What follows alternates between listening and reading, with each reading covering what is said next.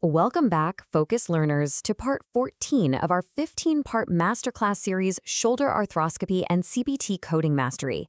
If you've been with us on this journey, you know we're dissecting literally every single nuance of surgical coding. Today, we're taking all those foundational concepts and building your ultimate defensive shield against claim denials. I am absolutely thrilled to guide you through this, so let's get right to work. Okay, let's dive right in with a super quick 30-second recap of part 13. Remember, right before a biceps tenodesis, the surgeon often cuts the biceps, right? That's a tenotomy. Well, that tenotomy is strictly inclusive to the tenodesis. You just don't report it separately. If it's an arthroscopic tenodesis, we use 29828. If it converts to open, we use 23430. And what about that highly complex arthroscopic superior capsular reconstruction, or ASCR?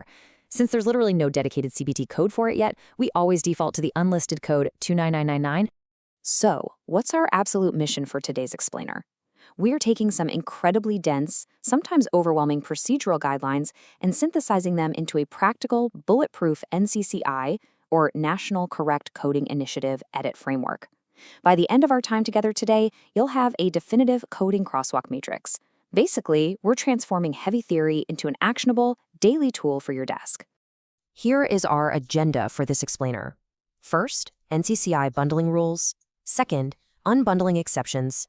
Third, the coding crosswalk matrix. Fourth, audit trap scenarios. And finally, our master class wrap-up. Section 1, NCCI bundling rules. The strict laws protecting your claims. Now, what's really interesting about this rule is how it catches so many coders off guard. We're talking about the slap repair.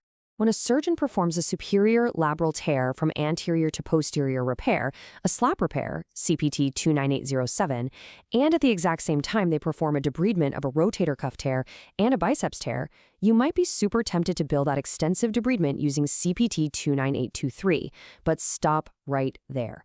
NCCI guidelines strictly forbid reporting 29823 separately in this scenario. That extensive debridement is completely bundled into the slap repair. You absolutely cannot bill both. Section 2, unbundling exceptions, knowing exactly when you can break the rules. This brilliantly illustrates the exception to the rule we just talked about.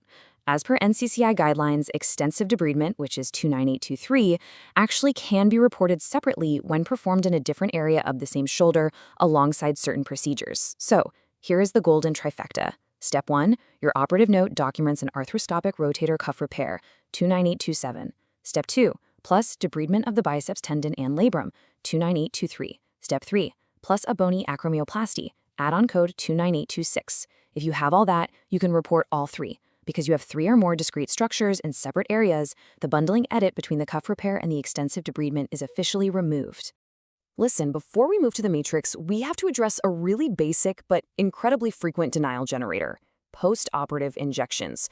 If an intra-articular steroid injection is performed after the shoulder arthroscopy, there is absolutely no need to code the steroid joint injection. It's fully inclusive. Never, ever bill it separately. Consider this a hard stop on your claims.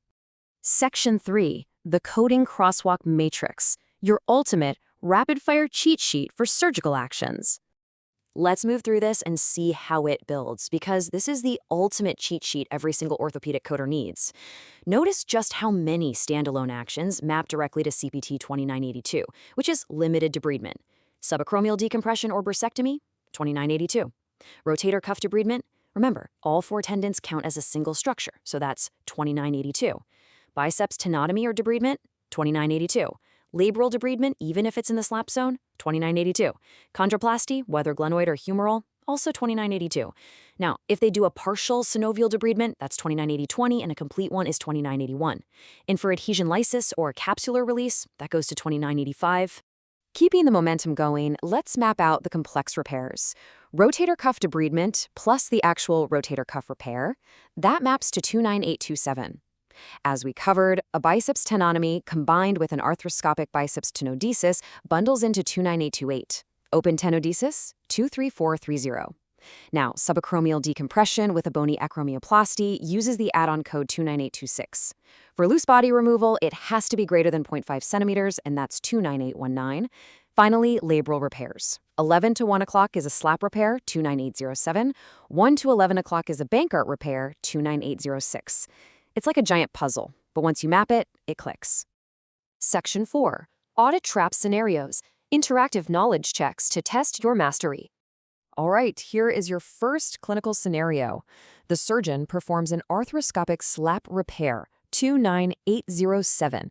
During the session, they also debrided some fraying on the rotator cuff and the biceps tendon. Based on everything we just covered, can you bill CPT 29823 or 29822 for that debridement? Think about it for a second. And the answer is a hard no. So the crucial point here is that NCCI edits heavily override the temptation to bill for that extra work. In this specific setting, those guidelines explicitly state you cannot separately report debridement when performing a 29807 slap repair. It's totally bundled. Okay, let's hit scenario number 2. We know add-on codes have really specific rules.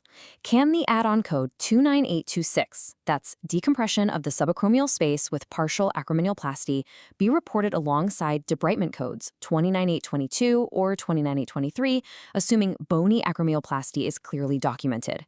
The answer? Yes, absolutely. Add-on code 29826 can be reported with all other shoulder arthroscopy codes, including those debridements. But here is the massive catch. There must be crystal clear documentation in the operative note that actual bony work was performed on the acromion. If they just clipped a ligament, removed some bursa, and didn't actually touch the bone, you cannot support 29826. The op note is king. Section 5. Masterclass Wrap-Up. Synthesizing the framework. Let's lock in your core takeaways.